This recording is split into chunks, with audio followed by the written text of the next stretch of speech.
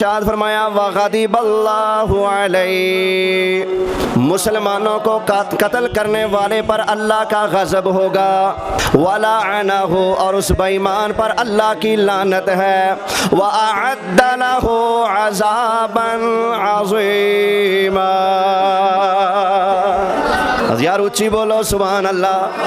अल्लाह का कुरान सुना रहा हूँ, मुस्तफ़ा जाने रहमत का फरमान सुना रहा हूँ। अल्हम्दुलिल्लाह, मुझे किसी बेईमान की धमकी का कोई डर नहीं है। मैं डंके की चोट पर मुसलमानों की इज्जत और जान माल के लिए बोलूँगा। जिसने जो मर्जी करना कर ले, मुझे धमकियाँ देने वाले कान खोल कर सुन ले।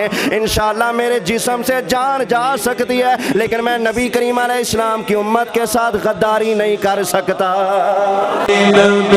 से मेरा रिश्ता कल भी था और आज भी है।